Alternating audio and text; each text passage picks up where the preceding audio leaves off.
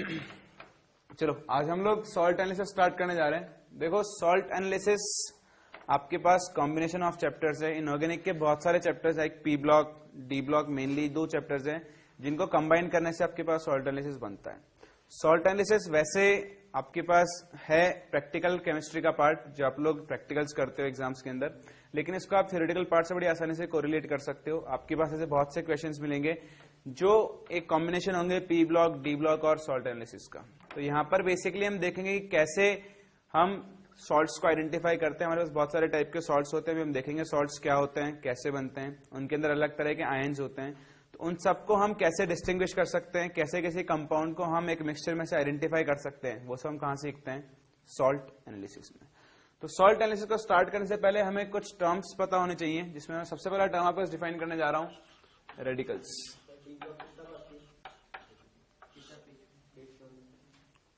छोड़ दो, बहुत अच्छे 10 पेज के छोड़ो, 10 से 15 पेजेस। तो सबसे पहला जो टर्म हम लोग डिफाइन करने जा रहे हैं that is your radicals. Radicals क्या होते हैं? लिखो radicals are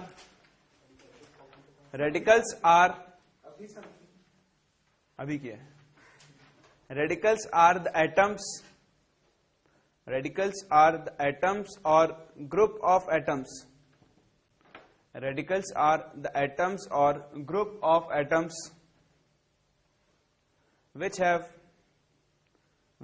some charge on them. Radicals are atoms or group of atoms which have some charge on them. देखो ऐसा कोई भी एटम लाइक Cl माइनस, इसे हम क्या बोलते हैं? Chloride, F minus fluoride, Na plus sodium ion, ठीक है, Ca+2 कैल्शियम आयन। कोई भी एटम्स जिनके ऊपर क्या हो, चार्ज, या group of atoms like OH minus, इसे क्या बोलते हैं हम? हाइड्रोक्साइड, SO4 2 माइनस, इसे हम क्या बोलते हैं? सल्फेट, या फिर NH4 प्लस। तो कोई भी एटम्स या फिर ग्रुप ऑफ एटम्स जिनके ऊपर कोई भी चार्ज प्रेजेंट हो, चाहे पॉजिटिव चार्ज हो चाहे नेगेटिव चार्ज हो, उन्हें हम क्या बोलते हैं? रेडिकल्स। समझ में आता है? पहली चीज मतलब हमें यहां साफ साफ दिख रहा है, रेडिकल्स के ऊपर नेगेटिव चार्ज भी हो सकता है और पॉजिटिव चार्ज भी हो सकता है। जब भी 2 रेडिकल्स कंबाइन होते हैं तो वो क्या बनाते हैं? सॉल्ट। जब भी आपके पास 2 रेडिकल्स कंबाइन होंगे तो वो क्या बनाते हैं आपके पास? सॉल्ट। जैसे NaCl, ठीक है, जैसे आपके पास हो गया मान लो CaCl2, ये क्या है आपके पास? सॉल्ट्स। तो किसी भी सॉल्ट के 2 पार्ट होते हैं, 2 रेडिकल्स होते हैं, एक पॉजिटिव रेडिकल और एक नेगेटिव रेडिकल। इन रेडिकल्स को आप फर्दर 2 पार्ट्स के अंदर डिवाइड करते हो, एक एसिडिक रेडिकल्स और दूसरे बेसिक रेडिकल्स। एसिडिक रेडिकल्स क्या होते हैं? Which come from an acid. और बेसिक रेडिकल्स क्या होते हैं? Which come from a base. Simple terms में अगर हम कहें तो एसिडिक रेडिकल्स वो होते हैं जो एसिड से आता है, और बेसिक रेडिकल्स क्या होगा? जो बेस से आता है। एक सॉल्ट कब बनता है? एक सॉल्ट बनता है by the reaction of N acid and base. तो जैसे मैं बात कर रहा हूं NaCl की, NaCl की रिएक्शन के लिए आपको चाहिए होगा एक एसिड और एक क्या चाहिए होगा? बेस। ये मिलकर क्या बनाएंगे? Salt plus. एसिड कौन सा चाहिए होगा NaCl बनाने के लिए? HCl। और बेस कौन सा चाहिए होगा? NaOH। तो देखो Cl माइनस, क्योंकि एसिड में क्या होगा? एक तो H प्लस होगा और बाकी क्या होगा? कोई नेगेटिव पार्ट। तो ये जो नेगेटिव पार्ट है वो हमेशा किससे आएगा? एक एसिड से। जबकि बेस में क्या होगा? OH माइनस और एक पॉजिटिव पार्ट। मतलब कोई भी सॉल्ट बने, नेगेटिव पार्ट हमेशा कहां से आएगा? एसिड से, और पॉजिटिव पार्ट हमेशा कहां से आएगा? बेस से। यानी मेरे जितने भी ऐसे रेडिकल्स जिनके ऊपर नेगेटिव चार्ज हैं उनको मैं कौन सी कैटेगरी में डाल सकता हूं? Acidic radicals. ऐसे जो भी आपके पास आयन्स है जिनके ऊपर पॉजिटिव चार्ज है उन्हें मैं किस कैटेगरी में क्लासिफाई कर सकता हूं? इन बेसिक रेडिकल्स। तो यहां से आपके पास एक सिंपल क्लासिफिकेशन आता है of radicals, that radicals with negative charge are, so negatively charged radicals are acidic radicals and positively charged radicals are your basic radicals. समझ में आता है? तो जितने भी आपके Cl minus, Br minus, SO4 2 minus, NO3 minus, PO4 3 minus, ये सब कौन से रेडिकल्स होते हैं? Acidic radicals. वहीं पे अगर आप बात करो Na प्लस या NH4 प्लस, Hg प्लस या Hg2 प्लस, Cu2 प्लस, ये सब आपके पास कौन से रेडिकल्स होते हैं? Basic radicals. तो दो तरह से हम रेडिकल्स को डिफाइन करते हैं, acidic radicals and basic radicals.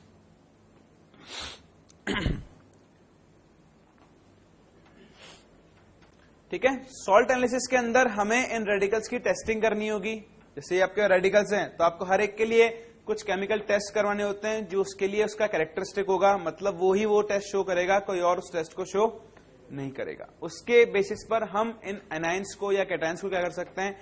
Identify कर सकते हैं और इन्हें एक दूसरे से हम सेपरेट कर सकते हैं या फिर डिस्टिंग्विश कर सकते हैं। तो हम सबसे पहले करेंगे टेस्टिंग ऑफ एसिडिक रेडिकल्स, उसके बाद हम करेंगे टेस्टिंग ऑफ बेसिक रेडिकल्स। तो हम लोग बात कर रहे हैं टेस्टिंग ऑफ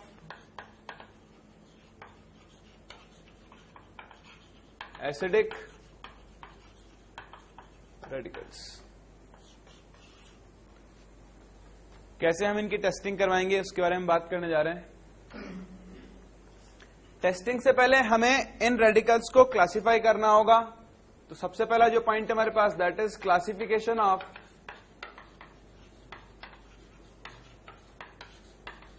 एसिडिक रेडिकल्स। सबसे पहले हम रेडिकल्स को क्लासिफाई करेंगे। देखो, आप इन्हें जनरली 3 ग्रुप्स में डिवाइड करते हो। First group is your weak group, second group is your strong group, and the third group is general. ये 3 ग्रुप्स में आप इसे डिवाइड करते हो। वीक ग्रुप के लिए जो ग्रुप रिएजेंट होता है इट इज डाइल्यूट HCl, और आप लोग डाइल्यूट H2SO4 भी यूज कर सकते हैं। You can use either dilute HCl और dilute H2SO4 as a group reagent for weak group. इनका नाम वीक ग्रुप इसीलिए रखा गया है क्योंकि ये डाइल्यूट HCl और डाइल्यूट H2SO4 से क्या होते हैं? आसानी से ऑक्सीडाइज हो सकते हैं। स्ट्रॉन्ग ग्रुप में आपके पास जो ग्रुप रिएजेंट होता है इट इज कॉन्सेंट्रेटेड H2SO। ठीक है, जनरल ग्रुप के लिए देखते हैं, हम बात करेंगे जनरल ग्रुप के बारे में, पर मेन जो है हमारे पास वो 2 ग्रुप्स हैं, weak group and strong group. नहीं, कॉन्सेंट्रेटेड H2SO4 यूज करते हैं। ये क्लियर है आपको? तो ये बेसिक क्लासिफिकेशन हुआ weak group, strong group and general group. हम सबसे पहले बात करते हैं वीक ग्रुप क्या होता है और वीक ग्रुप में कौन कौन से रेडिकल्स लाए करते हैं। तो हम बात करने जा रहे हैं पहले ग्रुप की, that is our weak group. देखो, वीक ग्रुप में आपके पास बहुत सारे रेडिकल्स होते हैं।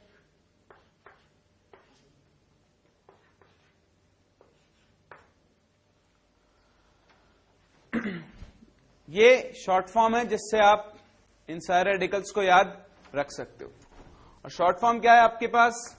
देखो, दिस स्टैंड्स फॉर SST। हम इसे बोलते हैं SST काम नहीं आती। सही बात है, साइंस वालों के लिए SST कहां काम आती है? ना साइंस वालों के लिए काम आती, ना ही कॉमर्स वालों के लिए काम में आती, और ना ही आर्ट्स वालों के काम में आती। इसलिए SST कोई काम नहीं आती। ये आपके पास फर्स्ट वीक ग्रुप है। S is for sulfite, this is sulfide, this is thiosulfate. Sulphide क्या होता है? SO3 2 minus, sulfide is H2 minus, thiosulfate is H2O3 2 minus. C stands for carbonate, that is CO3 2 minus. N stands for nitrite, which is NO2 minus. And A stands for acetate, which is CH3COO. तो ये आपका week group है जिसमें 6 radicals हैं, ठीक है, इसे आप याद रख सकते हो. SST काम नहीं आती. उसके अलावा इसमें एक बाइकार्बोनेट भी होता है जिसे हमने यहां काउंट नहीं किया है. एक शॉर्ट फॉर्म तो इसकी ये है. अगर आप यहां पे बाइकार्बोनेट लिखना चाहो तो आप बी और लगा सकते हो. This B stands for bicarbonate.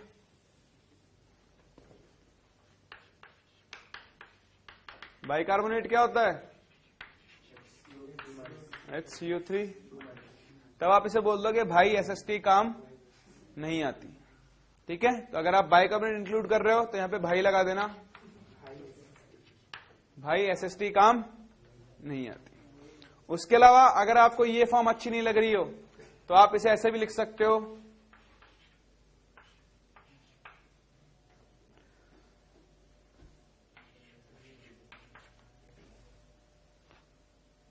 This is called bencast. क्या बोल रहे हो? हाँ, ये भी बोल सकते हो, ठीक है. तो वो तो यही फॉर्म है. बाकी आप इसे बेनकास्ट भी याद रख सकते हो. Again bicarbonate, nitrite, carbonate, acetate, sulphate, sulphide and thiosulphate. ये समझ में आता है? तो ये होता है आपके पास वीक ग्रुप. कुछ लोग इसे ग्रुप 1 भी बोलते हैं, ठीक है. एसिडिक रेडिकल्स का ग्रुप 1 भी आप इसे बोलते हो. देन हमारे पास आएगा सेकेंड ग्रुप, जिसे हम क्या बोलते हैं? Strong group. इसका ग्रुप रिएजेंट कौन होता है? Concentrated H2SO4.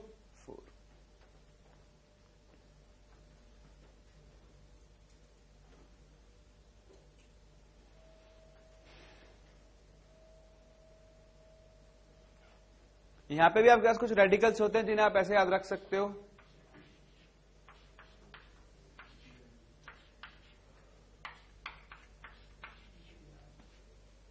क्या बना? FB का मतलब क्या होता है? फेसबुक. तो क्या बना? CBI on Facebook. तो कैसे याद रखते हो आप? CBI on Facebook.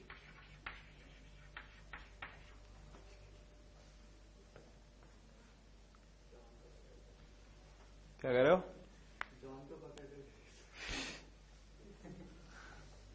डॉन को कहां पकड़ रही? This C stands for chloride, that is Cl minus. B stands for bromide, that is Br minus. I stands for iodide, that is I minus. Then O stands for oxalate, which is C2O4 2 minus. N stands for nitrate, which is NO3 minus. F stands for fluoride, जिसे हम बोलते हैं F minus. And B stands for borate, BO3 2 minus.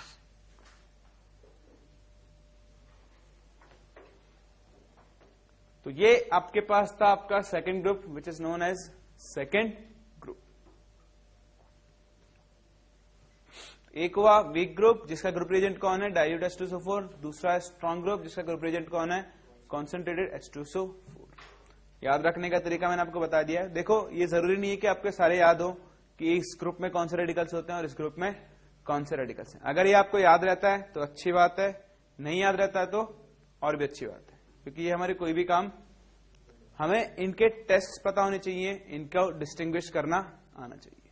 Group classification आपको याद रखने के लिए होता है, ऐसा नहीं कि बिल्कुल ही काम नहीं आते हैं। आपसे कोई पूछ सकता है कि which of the following will respond to dilute H2SO4, तो 3 इनमें से दे दूं और 1 इसमें से दे दूं, तो वो क्वेश्चन भी आपके पास बन सकता है। इसलिए आपको ये पता होना जरूरी है। वैसे इसके ऊपर इतने क्वेश्चंस नहीं पूछे जाते हैं, बट स्टिल आपसे क्वेश्चन पूछ सकते हैं, क्वेश्चन आपके सामने फ्रेम हो सकता है। समझ में आता है? देन थर्ड, अभी दो ही ग्रुप्स पढ़े हमने। एक ग्रुप और था, वो कौन सा ग्रुप था? General group.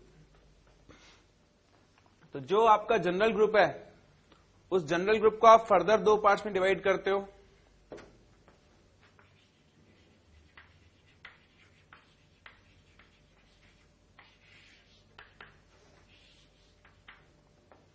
इसमें रेडिकल्स होते हैं ऐसे, SO4 2-, PO4 3-। These radicals are identified by their precipitation reactions.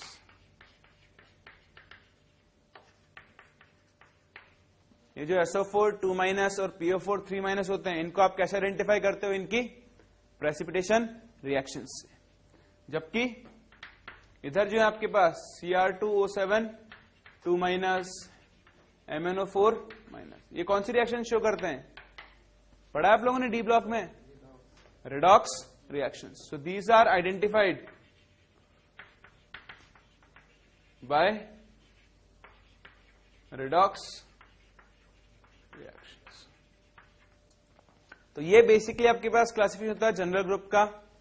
ऐसे रेडिकल्स जिनको आप उनकी प्रेसिपिटेशन रिएक्शन से आइडेंटिफाई करते हो, ऐसे रेडिकल्स जिनको आप उनकी रेडॉक्स रिएक्शंस के थ्रू आइडेंटिफाई करते हो। तो ये आपके पास बेसिक क्लासिफिकेशन था रेडिकल्स का। एसिडिक रेडिकल्स को आपने 3 ग्रुप्स में डिवाइड किया है। वीक ग्रुप, जिसके अंदर आता है कौन? Bicarbonate, sulphide, sulphite, thiosulphate, then nitrite और एसिटेट। ठीक है। जो आपका सेकंड ग्रुप है, that is your strong group. उसके अंदर आपके पास आता है chloride, bromide, iodide, oxalate, nitrate, fluoride and borate. ठीक है। हमें बहुत सारे नहीं पढ़ने हैं। अभी आप जब इनके रिएक्शंस देखोगे तो आपको कई रिएक्शंस देखी हुई मिलेंगी, क्योंकि आपने डी ब्लॉक में ऐसी बहुत सी रिएक्शंस पढ़ी है। ठीक है। वही सारी रिएक्शंस रिपीट होगी, कुछ 1-2 नई रिएक्शंस होंगी, अदरवाइज आप देखोगे 80% रिएक्शंस सेम है जो आप लोगों ने डी ब्लॉक और पी ब्लॉक के अंदर पढ़ी है। ठीक है।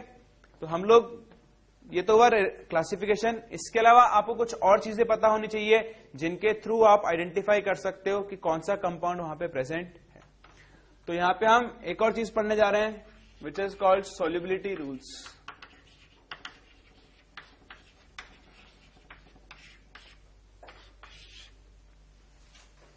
सोल्युबिलिटी रूल्स का पहला पॉइंट लिखो, all salts of group 1 metals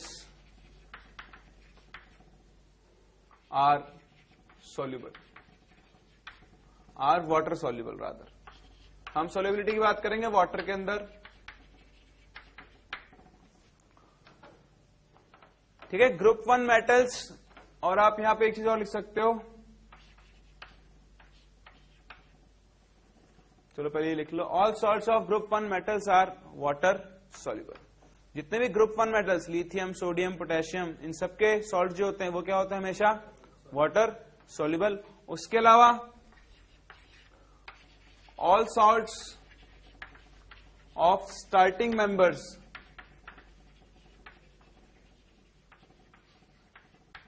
of group 2 are also water soluble. ठीक है। बेरिलियम, मैग्नीशियम, इनके सॉल्ट्स भी क्या होते हैं? Generally water soluble. लेकिन जैसे आप डाउन द ग्रुप मूव करते जाओगे, वैसे वैसे सॉल्युबिलिटी क्या होती जाएगी? डिक्रीज होती जाएगी। तो फर्स्ट ग्रुप के सारे सॉल्ट सॉल्युबल होते हैं। कोई भी सॉल्ट उठा लो, NaCl, NaBr, NaI, NaNO3, Na2SO4, Na2CO3, NaHCO3, कोई भी सॉल्ट उठा लो फर्स्ट ग्रुप मेटल्स का, वो हमेशा क्या होगा, वाटर सॉल्युबल। जबकि सेकंड ग्रुप मेटल्स के इनिशियल बेरिलियम, मैग्नीशियम, इनके सॉल्ट्स क्या होते हैं, वाटर सॉल्युबल। समझ में आता है? देन थर्ड लिखो all nitrates are water soluble.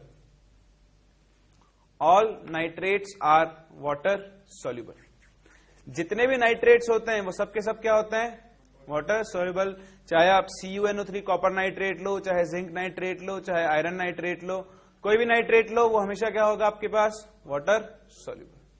Next fourth, all chlorides are water soluble. All chlorides are water soluble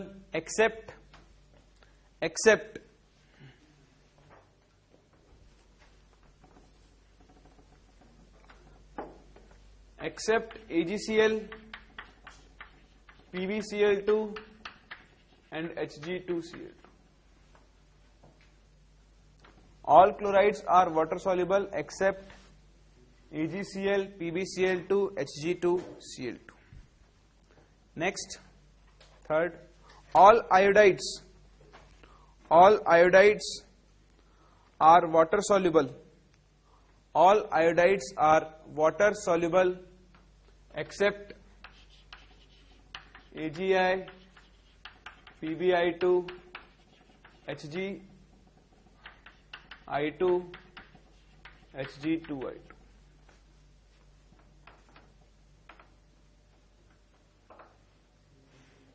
Next, all bromides are water soluble. Same behavior है. All bromides are water soluble except AgBr, PbBr2, HgBr2, Hg2Br2.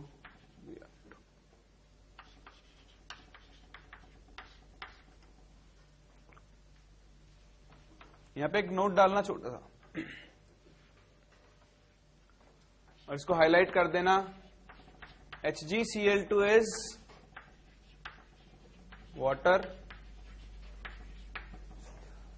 HgCl2 और Hg2Cl2 में बहुत फर्क है, ये तो पता है ना सबको. HgCl2 का नाम क्या होता है? HgCl2 is मर्क्यूरस क्लोराइड और Hg2Cl2 is मर्क्यूरिक क्लोराइड. हाँ, कालुमल, कैलोमल. कौन है कैलोमल? और HgCl2 क्या है?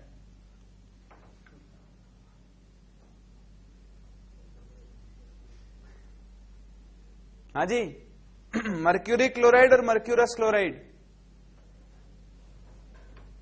क्या डिफरेंस है? फेरस और फेरिक, क्या डिफरेंस है? फेरिक कौन होता है? +3. और फेरस कौन होता है? क्यूप्रस और क्यूप्रिक, क्या डिफरेंस है? Oxygen state. क्यूप्रिक कौन होता है? कॉपर +3 +2. और क्यूप्रस कौन होता है? +1. मर्क्यूरस और मर्क्यूरिक, क्या डिफरेंस है?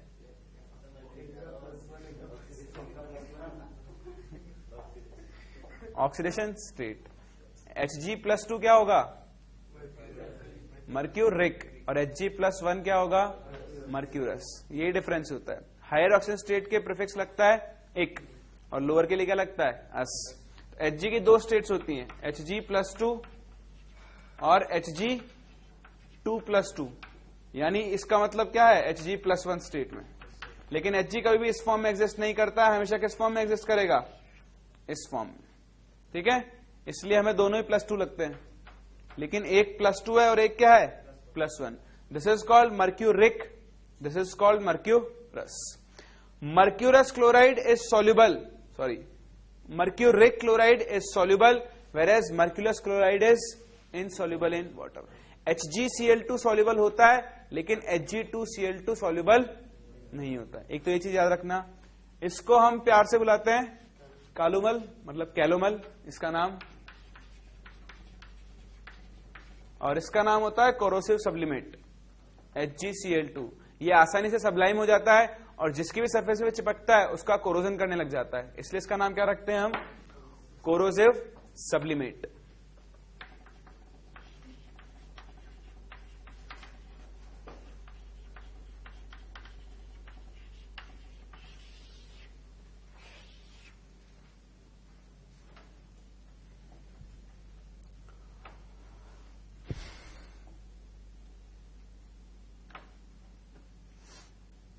हो गया, चले आगे। नेक्स्ट रूल लिखो इसी के अंदर, 5th है 6th है 7th हो गया, लिखो all sulphates are water soluble, all sulphates are water soluble except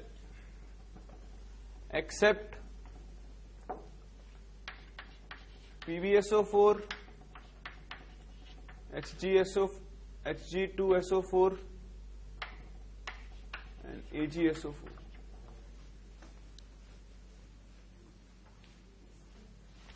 PbSO4, HgSO4 and AgSO4। आगे लिखना BaSO4 and CaSO4, Hg2SO4 sorry, mercurous आएगा ना, मर्क्यूरस सल्फेट। देखो BaSO4 and CaSO4 are sparingly soluble, BaSO4 and CaSO4 are sparingly soluble।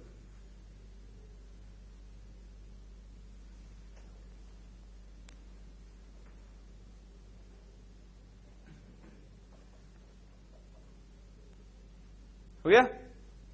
Next देखो all carbonates are water insoluble, all carbonates are water insoluble except first group metals, except group 1 metals and ammonium carbonates, except group 1 metals and ammonium carbonates। ठीक है, और वही applicable है initial members of group 2 like beryllium magnesium. ठीक है, beryllium magnesium calcium इनके लिए भी एप्लीकेबल है। बाकी सारे कार्बोनेट्स क्या होंगे, इनसॉल्युबल। अगर आपसे किसी सिल्वर कार्बोनेट तो वो कैसा होगा, इनसॉल्युबल। इनसॉल्युबल होने का मतलब क्या बनेगा उसका, पीपीटी। जो सॉल्युबल है उनका पीपीटी फॉर्म नहीं होगा, जो इनसॉल्युबल है उनका पीपीटी फॉर्म होगा। Next, all sulphides are water insoluble except same, all sulfides are water insoluble except वही same group 1 metals, ammonium sulfides and initial members of group 2 metals।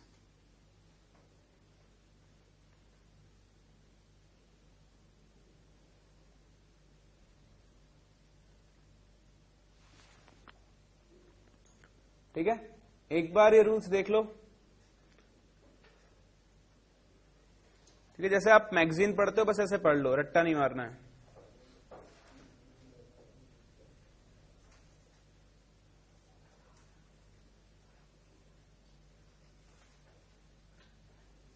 अरे गप्पे मत मारो, दोनों गप्पे मारने लगे। पढ़ लो, पढ़।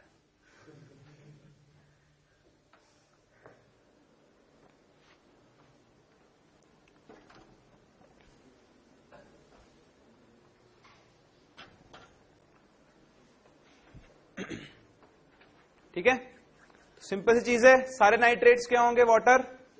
ठीक है, सामने ऐसे देख के बात करो, बिल्कुल। हाँ, ये सारे नाइट्रेट्स क्या होंगे, वाटर सॉल्युबल। सारे सल्फेट्स क्या होंगे, वाटर सॉल्युबल एक्सेप्ट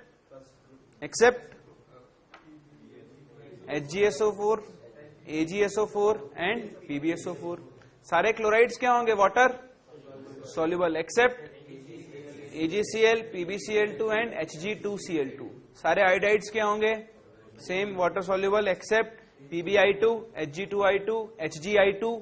ठीक है, आयोडाइड से ब्रोमाइड में HgBr2 और Hg2Br2 दोनों आएंगे, लेकिन सिर्फ क्लोराइड्स के अंदर HgCl2 क्या होगा, सॉल्युबल, जबकि Hg2Cl2 क्या होगा। ठीक है, HgCl2 बॉइल करने पर सॉल्युबल, थोड़ा सा हीट करोगे ना, वार्म करोगे तो अपने आप को क्या हो जाएगा, डिसॉल्व हो जाएगा। ठीक है, उसके अलावा all sulphides are water insoluble except group 1 metals, ammonium and initial members of group 2। समझ में आता है आप लोगों को? ठीक है, तो ये याद रखना, ये कुछ सॉल्युबिलिटी रूल्स है जिनको हम फॉलो करेंगे। कोई दिक्कत? नेक्स्ट लिखो ऑब्जर्वेशन टेबल।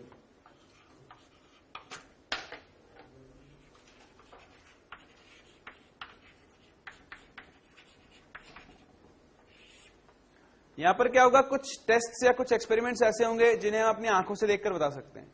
कुछ चीज हमें ऑब्जर्व होगी तो हम डायरेक्टली बता सकते हैं कि हाँ भैया ये चीज यहां पे हुई है, ये चीज यहां प्रेजेंट। जनरली यहां पर गैसेस होंगी, तो हम बात करते हैं क्या क्या आपके पास ऑब्जर्वेशन होगा। तो चलो हम बात करेंगे ऑब्जर्वेशन की। दूसरा हम बात करेंगे क्या हमारे पास प्रेजेंट हो सकता है, जो भी कोई गैस अगर प्रेजेंट है। ठीक है, और फिर हम बताएंगे उसका रिजल्ट या फिर पॉसिबल रेडिकल। ये तीन चीज हम यहां से बता सकते हैं बाय दिस ऑब्जर्वेशन टेबल। सबसे पहले बात कर रहा हूं आपके पास observation gas with brisk effervescence.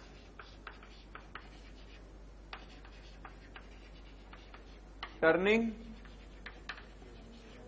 Lime water milky. बचपन से पढ़ते आ रहे हैं हम ये सब। कौन सी गैस होगी? CO2 gas. इसको जैसे आप लाइम वाटर में पास करोगे ये उसे मिल्की बना देगी, एक्सेस में पास करोगे तो मिल्कीनेस क्या हो जाएगी? डिसअपियर। समझ में आता है ये? तो यहां कौन सा रेडिकल प्रेजेंट हो सकता है? कार्बोनेट या फिर बाइकार्बोनेट। समझ में आता है?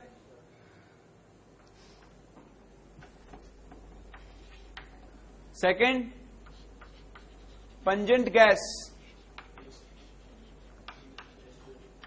Turning lime water milky. है कोई ऐसी गैस? एक पंजेंट गैस जो लाइम वाटर क्या करती हो? मिल्की बनाती हो। It is SO2। Possible radical SO3 2-।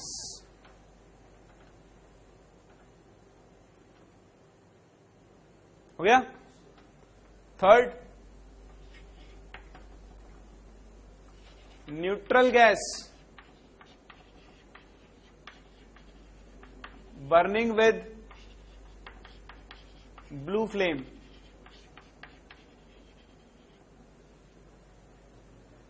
The gas is CO।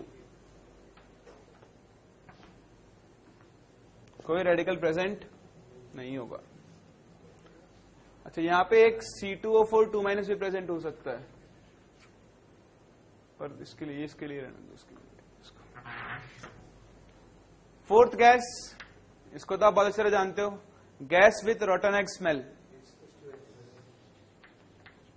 Gas with रॉटन egg smell and burns with blue flame। देखो, ब्लू फ्लेम के साथ दो ही गैसेस बर्न होती है, CO एंड H2S, और उनको आप उनके स्मेल से आइडेंटिफाई कर सकते हो। गैस कौन सी होगी? H2S। कौन प्रेजेंट होगा? सल्फाइड।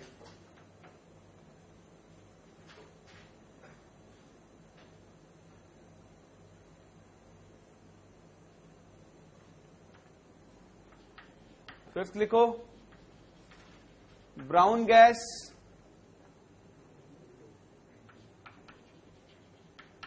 टर्निंग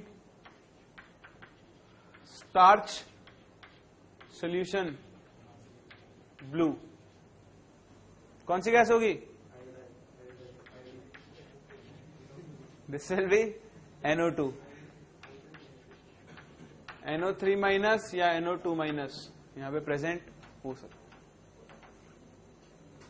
आयोडीन का कलर कैसा होता है? Iodine violet. ठीक है, लेकिन यहां कलर कैसा है? ब्राउन। तो ब्राउन गैस है, स्टार्च सॉल्यूशन को ब्लू कर रही है, तो कौन सी गैस होगी? NO2। और फिर जो आपको पता ही है वॉयलेट गैस, जैसे पर्पल भी बोल देता है कभी कभी कोई, टर्निंग स्टार्च सोल्यूशन ब्लू। कौन सी गैस होगी ये? आयोडीन। कौन प्रेजेंट हो सकता है? I minus.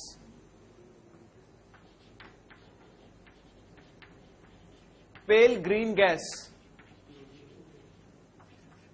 क्लोरीन। कौन प्रेजेंट हो सकता है? Cl minus.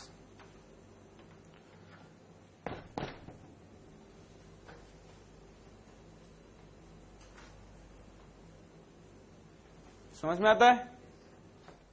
उसके अलावा यहीं पे आप एक दो आयंस की और बात कर सकते हो, like 8th one, solution gives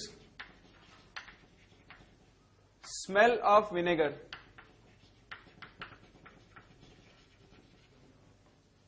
क्या बनता है यहां पे? Acetic acid. और कौन प्रेजेंट हो सकता है? CH3COO minus.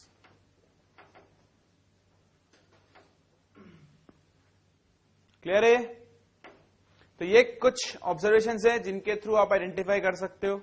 अगर आपके पास एक गैस निकलती है with brisk effervescence and which turns lime water milky, then that gas can be CO2। Again, अगर गैस ब्रिस्क एफरवेसेंस के साथ नहीं है और गैस कैसी है? विद पंजेंट स्मेल, तो वो गैस कौन सी होगी? SO2। ठीक है, this again turns lime water milky. Then third was a gas which is neutral in nature and burns with a blue flame, तो कौन सी गैस होगी? CO। याद रखना, CO2 is acidic gas whereas CO is a neutral gas। ठीक है ना, याद रखना। ये किसी भी नॉन मेटल की जो लोअर ऑक्सीजन स्टेट की ऑक्साइड्स होते हैं ना, वो हमेशा कैसे होते हैं? न्यूट्रल। जैसे N2O, N2O कैसी गैस होती है? न्यूट्रल। ठीक है, इसको एक और नाम से जानते हैं ना हम लोग, लाफिंग गैस। चलो, देन अगर आपके पास गैस निकलती है विद पंजेंट स्मेल, तो गैस कौन सी होगी? H2S। It again, sorry not pungent smell, रॉटन egg smell, तो गैस कौन सी होगी? H2S। It again Burns with blue flame. ठीक है, अगर ब्राउन गैस है टर्निंग स्टार्च सोल्यूशन ब्लू, तो कौन सी गैस होगी? NO2। वॉयलेट गैस है टर्निंग स्टार्च सोल्यूशन ब्लू, तो कौन सी होगी? I2। अगर एक पेल ग्रीन गैस निकल रही है तो वो कौन सी होगी? Cl2। अगर आपके पास सोल्यूशन किसकी स्मेल दे रहा है? विनेगर की, तो वो कौन सी गैस होगी? आप सॉरी, कौन प्रेजेंट हो सकता है वहां पे? Acetate ion. और जो स्मेल आएगी वो किसकी वजह से आएगी? एसिटिक एसिड की वजह से। क्लियर है सबको? कोई डाउट? तो ये हुई थर्ड चीज। नेक्स्ट हम लोग क्या करते हैं, जितने भी हम एनायंस लेंगे इनका सोल्यूशन, अभी हम जो पढ़ रहे हैं, दीज आर वेट टेस्ट। दो तरह के टेस्ट होते हैं, dry test and wet test. तो पहले हम वेट टेस्ट पढ़ेंगे जो ज्यादा इंपॉर्टेंट है, बाद में हम ड्राई टेस्ट की बात करेंगे। वेट टेस्ट का मतलब इनको आप कहां कैरी करवाओगे? एक्वस सॉल्यूशंस के अंदर। तो जब आप एक्वा सॉल्यूशन बनाते हो इनके, तो हम डायरेक्टली एक्वा सॉल्यूशन यूज नहीं करके हम एक दूसरे टाइप का सॉल्यूशन यूज करते हैं, जिसे हम प्यार से बुलाते हैं सोडा एक्सट्रैक्ट। ठीक है, तो हम लोग देखेंगे ये सोडा एक्सट्रैक्ट क्या होता है। नेक्स्ट आप लोग हेडिंग डालो, सोडियम कार्बोनेट एक्सट्रैक्ट, जिसे आप सोडा एक्सट्रैक्ट भी बोलते हैं, S.P।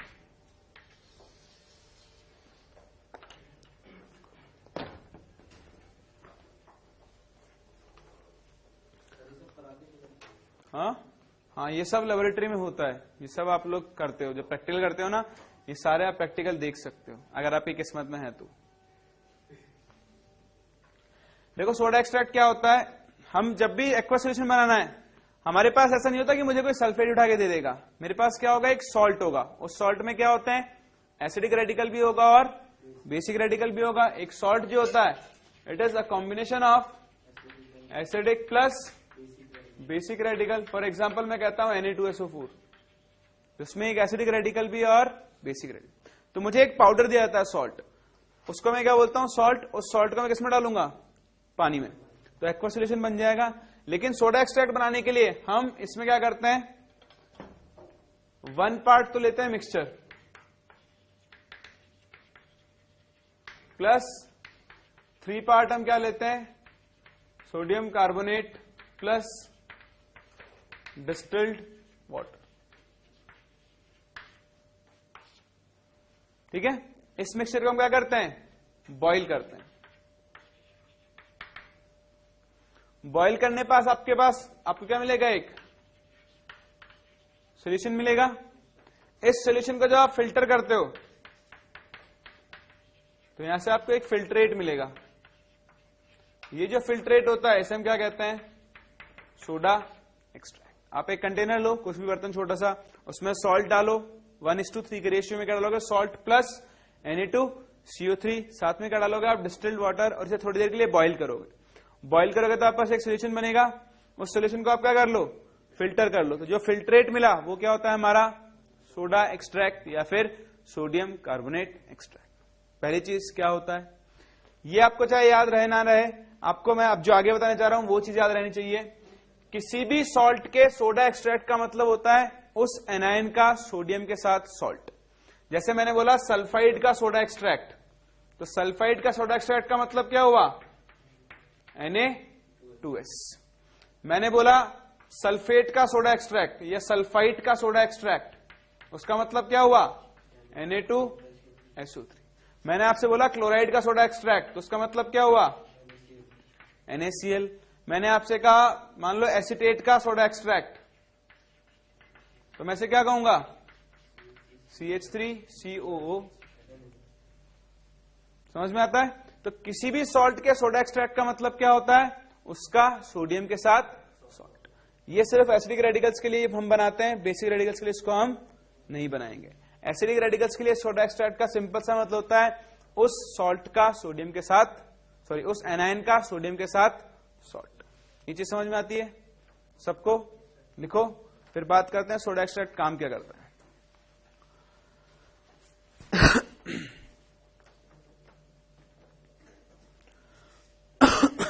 ये सब आपको रटना नहीं है, पढ़ते जाओ, आगे बढ़ते जाओ। हाँ भूल भी जाओ, इतना सा याद रखना बस, ठीक है। सोडा एक्सट्रैक्ट का मतलब क्या होता है।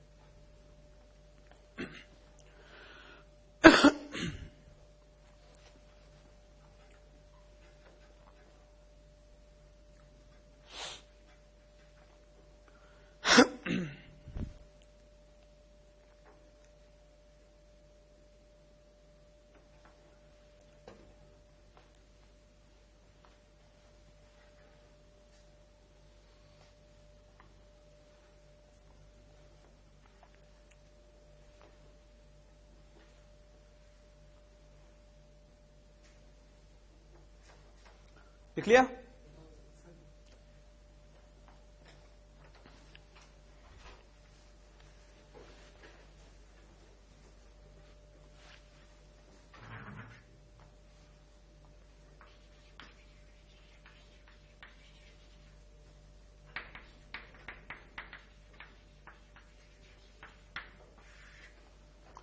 सबसे पहले हम बात करते हैं सोडा एक्सट्रैक्ट को हम काम में क्यों लेते हैं।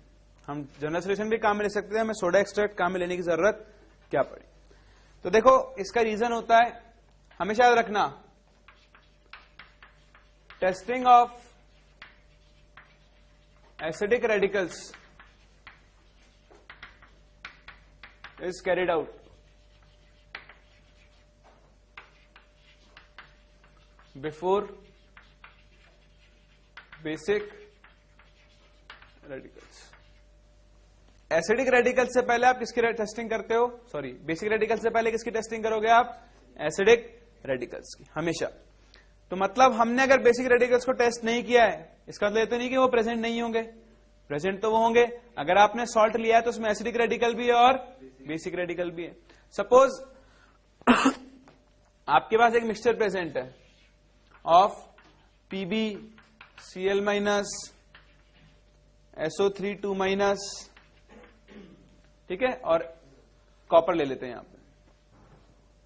तो जब आप टेस्टिंग करवा रहे हो, मान लो आपने सोडा एक्सट्रैक्ट नहीं बनाया, आप इसका एक्वा सॉल्यूशन यूज कर रहे हो।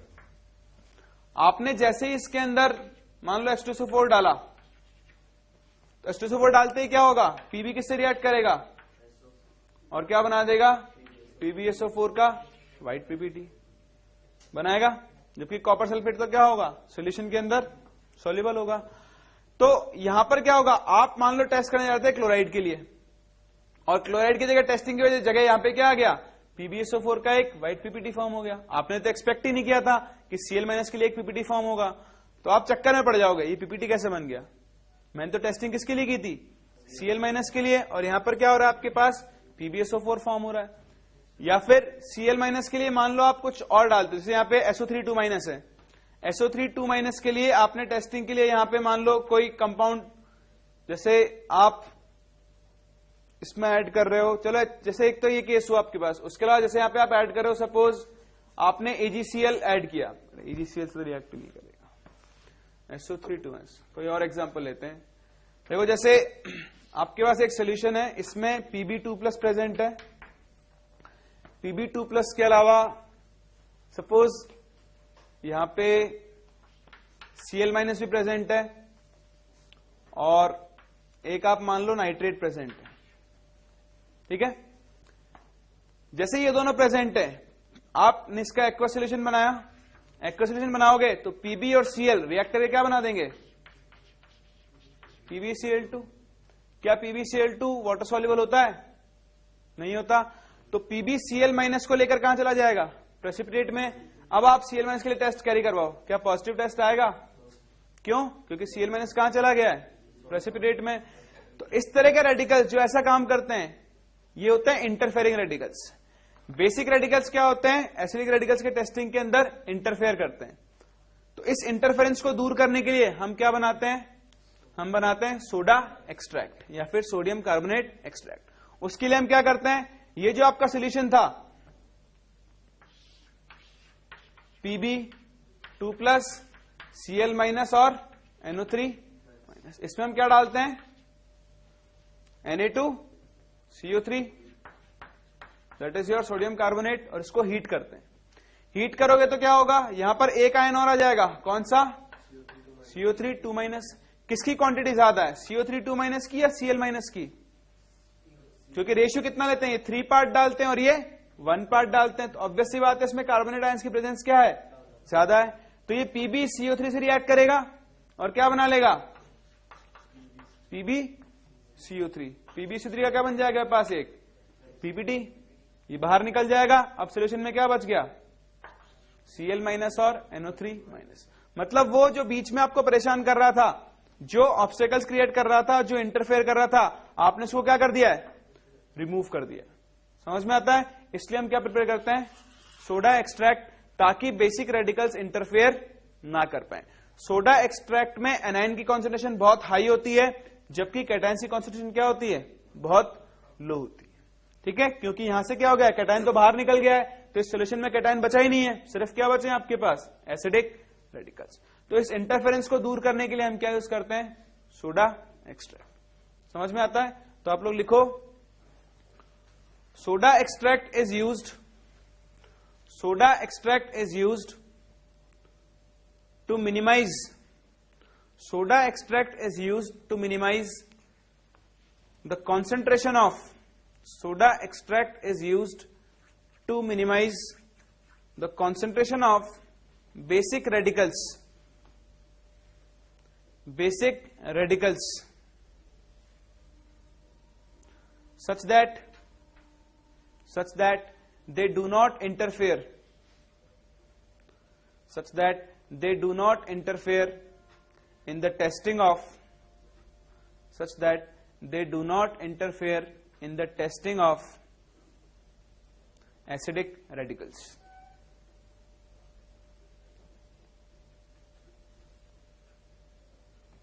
ठीक है, एक चीज और होती है, नोट छोटा सा पॉइंटर लिख देना इसी के अंदर, लिखो soda extract can not be used, soda extract can not be used for the testing of, soda extract cannot be used for the testing of carbonate and bicarbonate radicals. Soda extract cannot be used for the testing of carbonate and bicarbonate radicals because it already contains high concentration of carbonate ions, high concentration of carbonate ions. इसका मतलब समझ में आता है आपको? भाई आपके पास क्या एक सोल्यूशन है, आपको लगा कि इसके अंदर कार्बोनेट आयन प्रेजेंट है, ठीक है, यानी इसके अंदर क्या प्रेजेंट हो सकता है, CO3 2 माइनस। अब आपने क्या दिमाग लगा दिया, आपने इसका क्या बना दिया, सोडा एक्सट्रैक्ट। तो कार्बोनेट का सोडा एक्सट्रैक्ट क्या होगा, Na2CO3 तो होगा। तो वो तो आप चाहे इसका सोडा एक्सट्रैक्ट अगर बना दोगे तो उसमें तो आप अपने आप ही क्या आ जाएंगे, कार्बोनेट आयंस, क्योंकि सोडा एक्सट्रैक्ट कैसे बनता है, इसके अंदर Na2CO3 ऐड करने पे। तो पहले तो आपको लग रहा था कि इसके अंदर कार्बोनेट आयन होगा, आपने खुद ही क्या डाल दिया, तो ये तो चाहे उसमें कार्बोनेट नहीं भी होगा तो भी क्या देगा, कार्बोनेट का पॉजिटिव टेस्ट। इसलिए कार्बोनेट्स और बाइकार्बोनेट्स के लिए हम सोडा एक्सट्रैक्ट यूज नहीं कर सकते। समझ में आता है सबको? चलो नेक्स्ट हेडिंग डालो आप लोग, इंटरफेरिंग रेडिकल्स।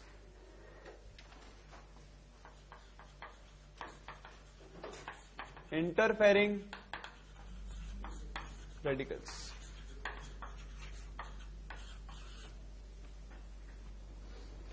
तीन मेन इंटरफेरिंग रेडिकल्स होते हैं आपके पास, आपको उनके नाम याद रखने हैं, PO4 3 minus, F minus and C2O4 2 minus.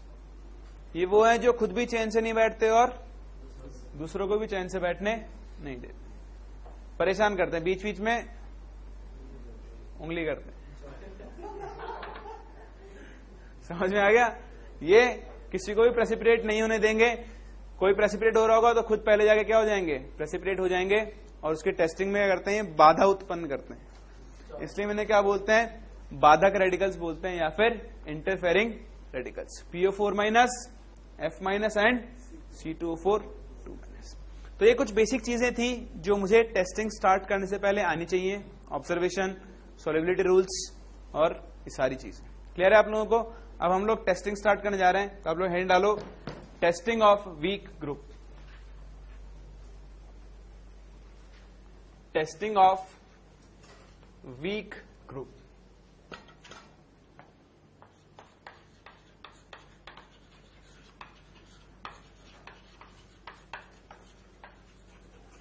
Week group का ग्रुप रिएजेंट कौन होता है,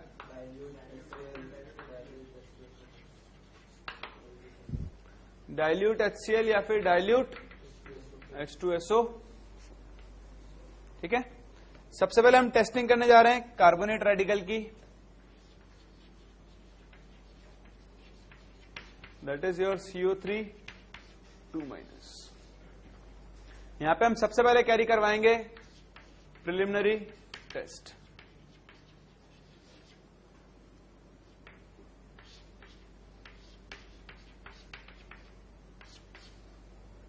प्रिलिमिनरी टेस्ट में क्या होगा, आप क्या करोगे, सॉल्ट लोगे, इस सॉल्ट में आप क्या डालोगे, डाइल्यूट H2SO4।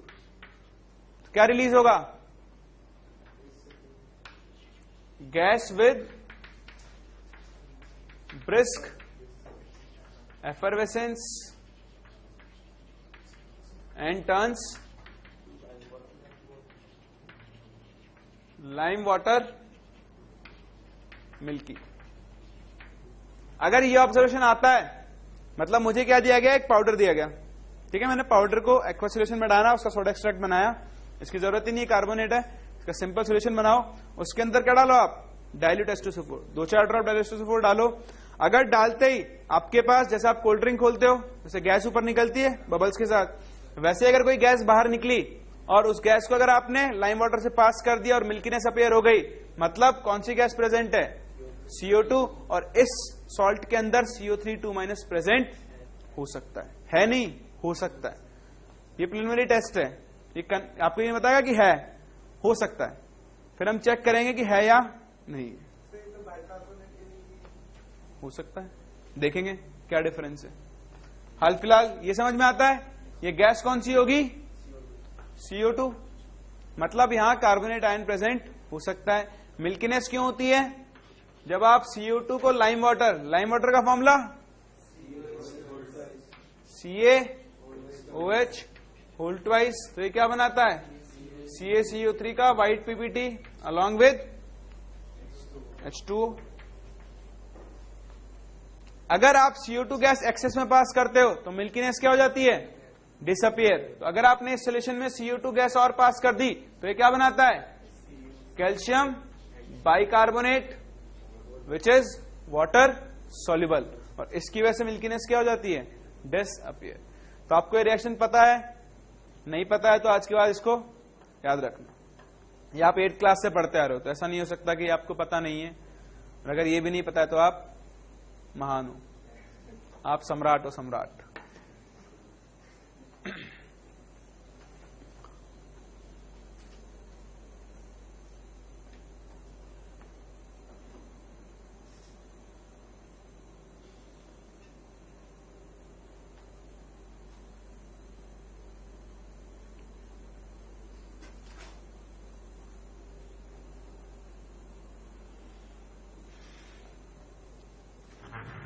तो ये तो कौन सा टेस्ट था, प्रिलिमिनरी टेस्ट। इससे हमने पता किया कि ये प्रेजेंट हो सकता है। अब हम करेंगे इसका कंफर्मेटरी टेस्ट।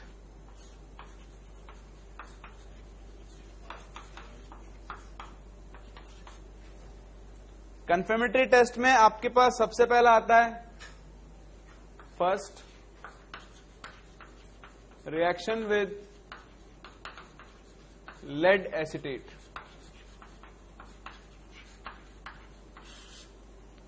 लेड एसीटेट का फॉर्मूला क्या होगा, PbCH3CO2। इसकी रिएक्शन अगर आपने सोडा एक्सट्रैक्ट से करवाई, मतलब वही कार्बोनेट आयन वाले सॉल्यूशन से, तो आपके पास क्या बनेगा, PbCO3 का व्हाइट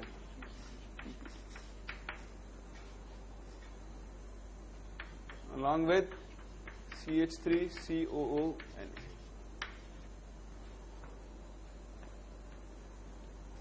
ठीक है, फर्दर लिखो this white PBT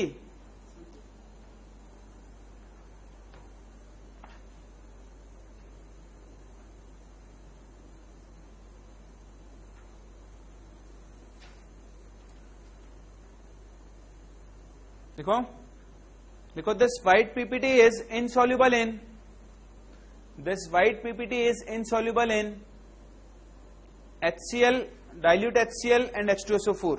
This white PPT is insoluble in dilute HCl and H2SO4। देखो अगर आपसे कोई कहता है ना कि इनसॉल्युबल है, इसका मतलब वो क्या बना रही है, PPT।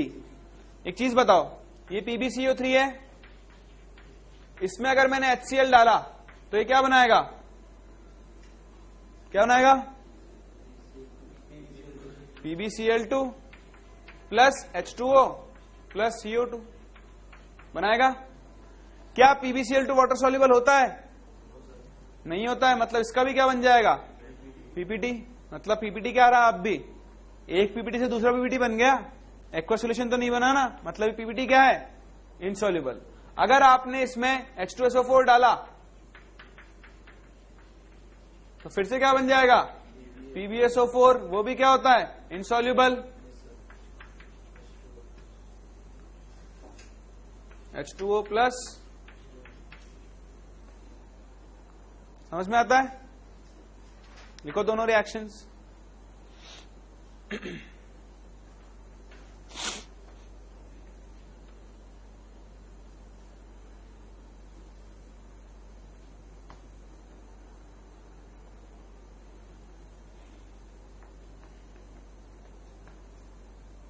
डन, लिखो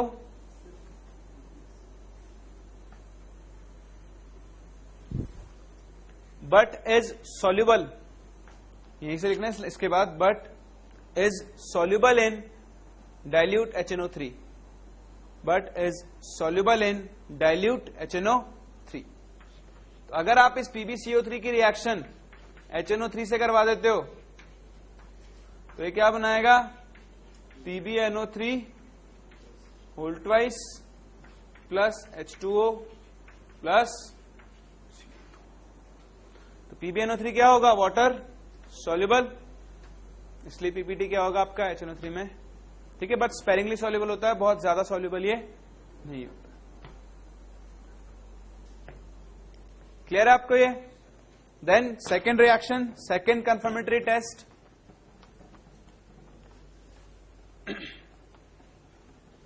लिखो सेकंड,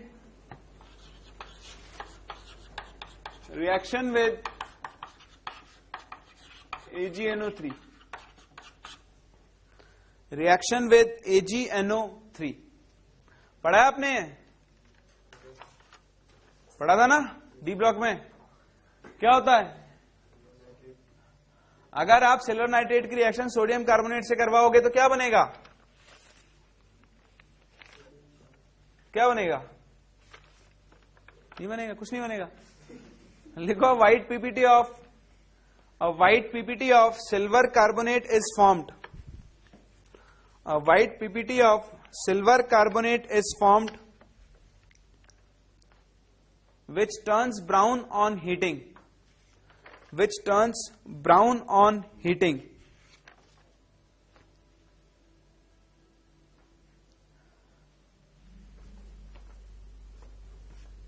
देखो मेरे सुपर कंप्यूटर्स, बड़े जल्दी भूल जाते हो आप लोग। Ag2CO3 का क्या बनता है? एक white PPT along with NaNO3,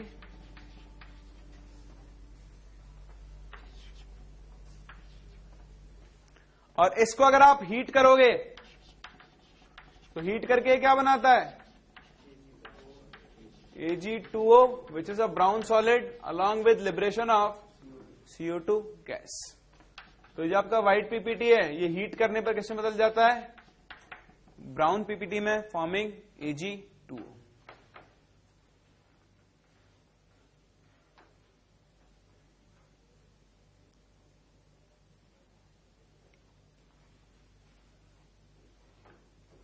समझ में आता है?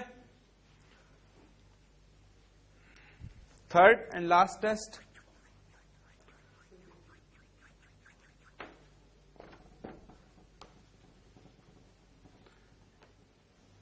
अब तो 4G आने वाला है, आप 2G स्पीड से काम करते हो, अभी बताओ। कम से कम 3G स्पीड से तो काम करो। हो गया?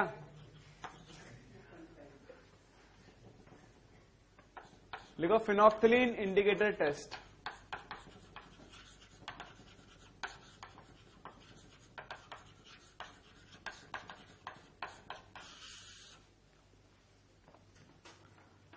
लिखो the aqueous solution of carbonate ions, the aqueous solution of carbonate ions is basic in nature, due to salt hydrolysis,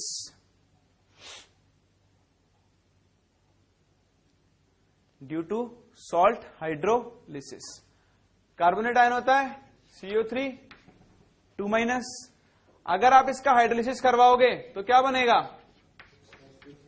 H2CO3 plus OH-। Since यहां पे OH- आयन जनरेट हो रहे हैं तो सोल्यूशन का नेचर कैसा होगा? बेसिक। समझ में आता है? इसका सोल्यूशन कैसा है नेचर में? बेसिक। आगे लिखो on adding phenolphthalein indicator, on adding phenolphthalein indicator pink color will appear, on adding phenolphthalein indicator pink color will appear, और पिंक कलर क्या बता देगा? कि यहां पे आपका कार्बोनेट आयन प्रेजेंट। समझ में आता है? तो ये थी आपके पास टेस्टिंग ऑफ कार्बोनेट आयन। आज हमने देखा कि कैसे हम बेसिक सीखे हमने सॉल्ट एनालिसिस के, कि कैसे हम सॉल्ट्स को आइडेंटिफाई करेंगे, क्या क्या ऑब्जर्वेशंस हो सकते हैं, जिस भी कोई ऑब्जर्वेशन है उसके करस्पॉन्डिंग क्या आपके पास पॉसिबिलिटी है। नेक्स्ट क्लास हम लोग कंटिन्यू करेंगे further testing of weak group radicals. हाँ कर दो।